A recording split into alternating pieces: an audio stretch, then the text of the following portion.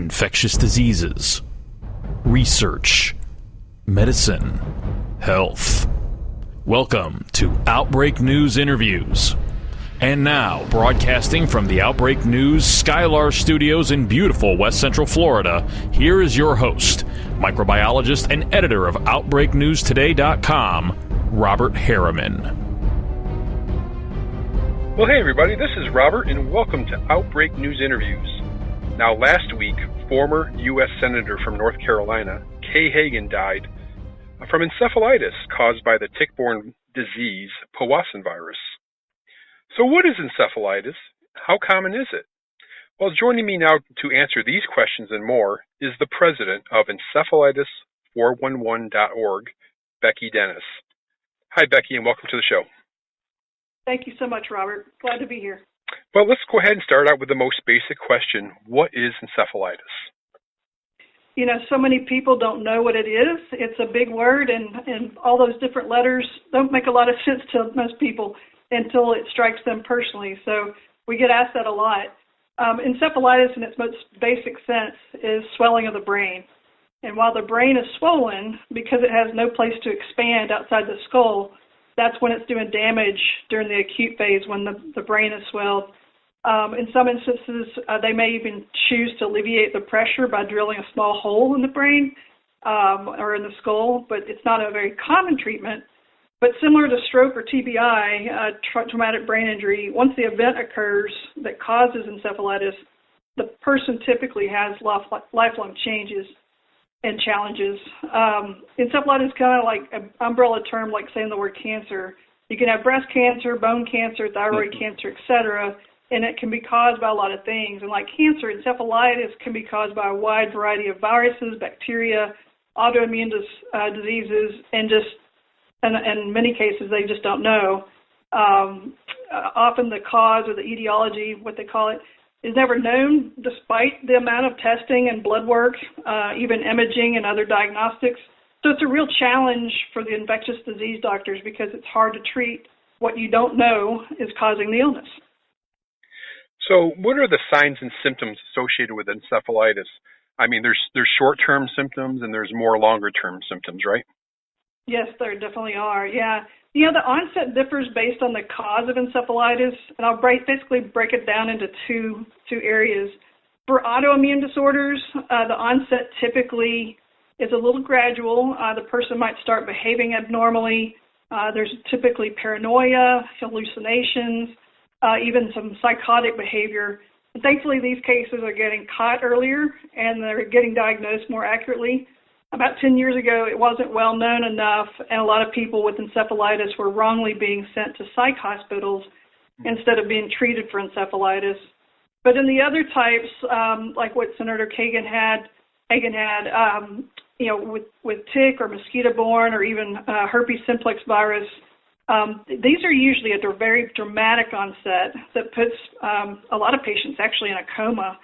But prior to the coma state, if they do go into that, they typically have a high fever, they may have vomiting or diarrhea, severe headache is extremely common, sometimes some confusion, flu-like symptoms, stiff neck, and even an inability to walk or talk. Some people start going into seizures, and that's the first trigger. It just kind of depends, but it's usually pretty dramatic.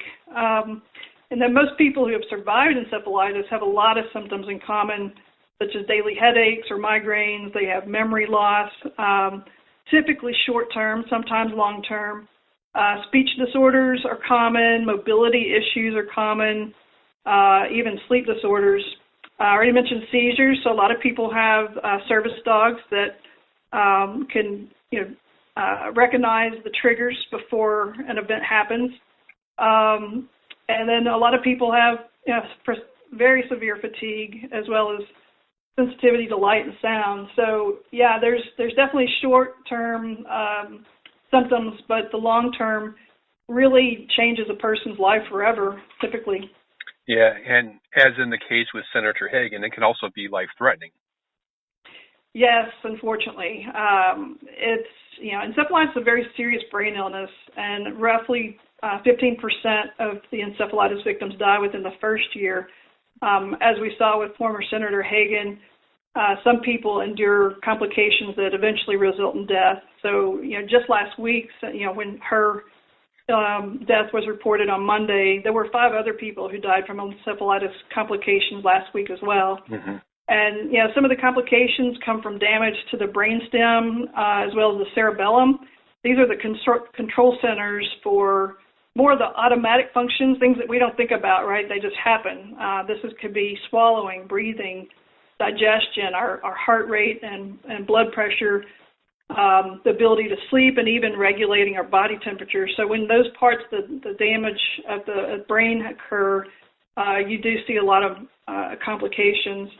We're contacted in some of the more extreme cases where these functions are compromised, and we're aware of too many deaths that happen, unfortunately. It's not a very well-known or understood illness, and so I think, when we saw the news about Senator Hagan, it was probably more shocking because I don't think the U.S. really understands the actual burden it has on our society. Right.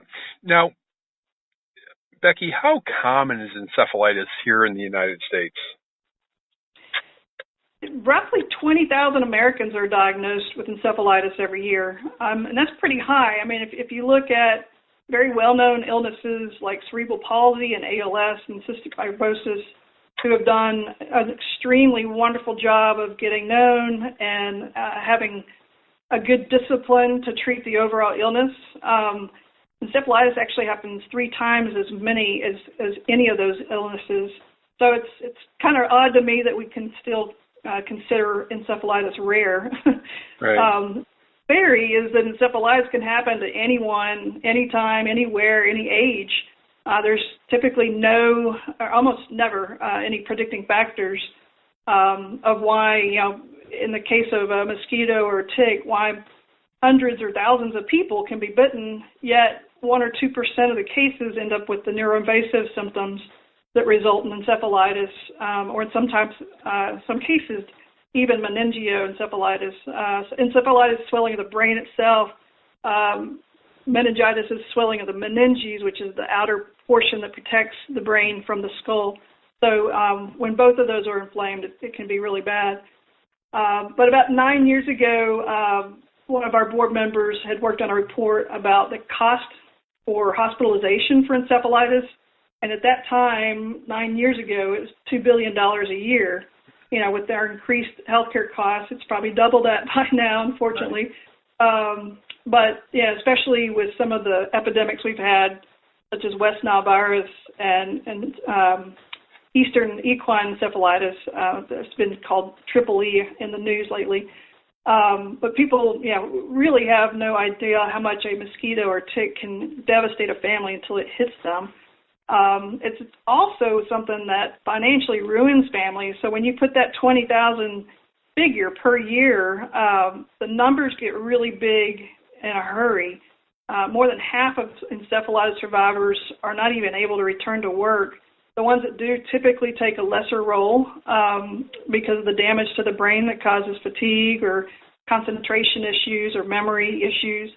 In a lot of cases, a spouse or another family member has to reduce their own work hours as they serve as a caregiver, which adds to the cost. But that $2 billion figure for hospitalization doesn't include doctor visits, any of the expensive imaging such as MRIs of the brain or EEGs looking for seizures, blood work, treatment or therapy of any kind. So it's very expensive to live with the medical aftermath of encephalitis. And, if somebody says stroke, these costs are implied, but if somebody says encephalitis, there's really not enough recognition of what's needed to help that person return to as, quote, normal as possible. A lot of survivors say that they go through an identity change and they call themselves the, quote, new me. So it's 20,000 Americans a year. There's a lot of people that are living with this today. Now, you really touched on some of the pathogens that cause encephalitis. And as I mentioned in the intro, in Senator Hagan's case, it was Powassan virus. You mentioned Triple E, you mentioned West Nile. What other infectious diseases, since this is really what this show is about, have been implicated in encephalitis? Yeah, so in addition to those, Robert, there's also La Crosse, St. Louis encephalitis, Western equine.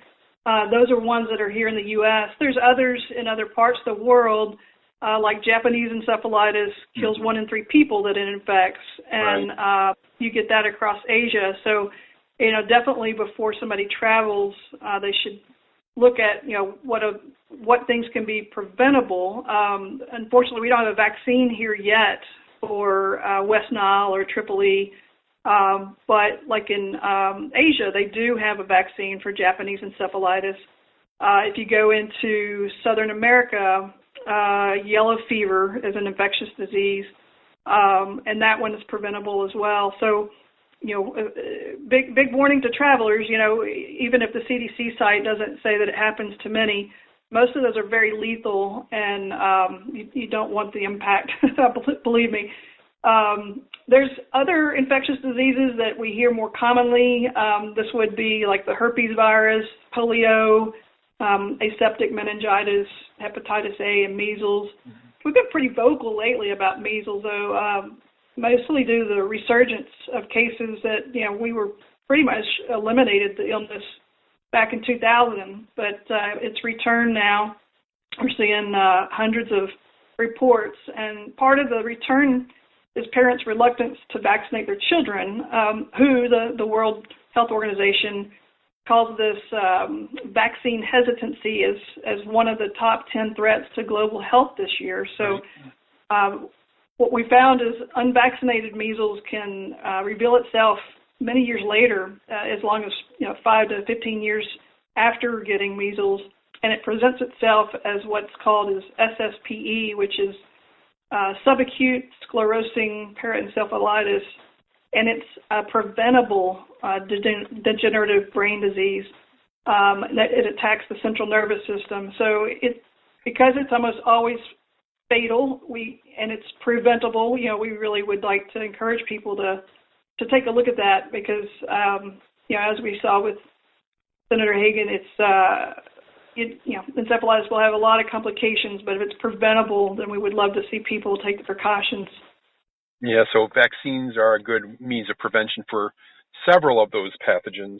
But a lot of them, there's really no treatment for them. What would be the treatment for the encephalitis? Just supportive? I think about it in 2 ways, both treatment and prevention. If I start with prevention, it's, like I said, there's really not much you can do. Some of the other countries where there's been a lot more endemic areas where they have been able to collect enough serum to create vaccines. You have those. In the U.S., it's been kind of random because it's based on the migration path of birds, so you can't predict from year to year which birds are infected and which mosquitoes are going to bite those birds. So that has been one of the delays in having a vaccination for West Nile and Triple E and some of those. But to prevent it, if you're in an area that has been reported with cases, we just advise take precautions for mosquito and tick repellent from dusk to dawn if you're going to be outdoors.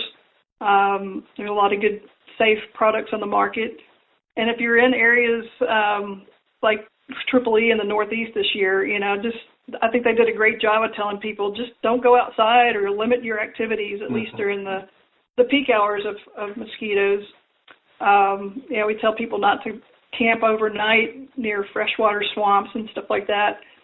But as for treatment, it's kind of a hot button for me. There really is no specific treatment for most types of encephalitis, especially the tick and mosquito-borne types, as well as the ones without a known etiology. Once the patient is discharged from the hospital, most people simply try to manage the numerous symptoms that they have, and a lot of times that's on their own. We did a recent poll, and we had 28% of the patients say that they got a thorough treatment plan that's a pretty low number for somebody to have left the hospital with a brain injury and they're trying to navigate their own care. Mm-hmm. So we have a lot of work to do there. For the herpes simplex patients, it's critical that they get intravenous acyclovir. Without this drug being administered within the first 48 hours, it has a pretty high mortality rate. So a lot of times doctors, if they suspect it might be encephalitis and they don't know what type it is yet, they go ahead and start it because it really can impact the life or death situation. And then for autoimmune encephalitis, it's a very different ballgame, and they do have more treatments once the cause is known. Sometimes it's antibiotics or intravenous immunoglobulin, or IVIGs is what they call it. It could be that they remove a tumor or maybe some harmful antibodies. So it really kind of varies based on what type of encephalitis. And unfortunately, about half of the causes are unknown at this stage. So it's typically we're either going to deal with the infectious disease or autoimmune type, and those two have very different, paths for their treatment and recovery. And I say it's a hot button because there's so many people left on their own to manage a brain illness. So, if you were to discharge a patient with a stroke or traumatic brain injury, you would almost always be sent home with a treatment plan. There's a real gap in serving encephalitis patients better. Now, I understand that you wrote a book, and you're the president of a organization, an advocacy organization for encephalitis. So I want to give you a few minutes to go ahead and talk about your book. It's called Brain Wreck, and to also talk about the work of Encephalitis 411. Sure. Yeah, Robert, Brain Wreck was a labor of love. I, too, had encephalitis 11 years ago, and it took quite a while to get diagnosed. And I wrote the book in hopes of helping other people, better understand the encephalitis experience. I wanted other survivors to feel less isolated in their daily challenges so that they could relate to somebody with a documented story. For families and friends of anybody impacted by encephalitis, I'm told that they are able to notice challenges that their loved ones endure much better after reading the book. So it's been a tool for them to better communicate or create systems that make life easier for the encephalitis survivor. The book storyline pretty much underscores the difficulty that many patients endure in getting a diagnosis because so many physicians are not really familiar with it.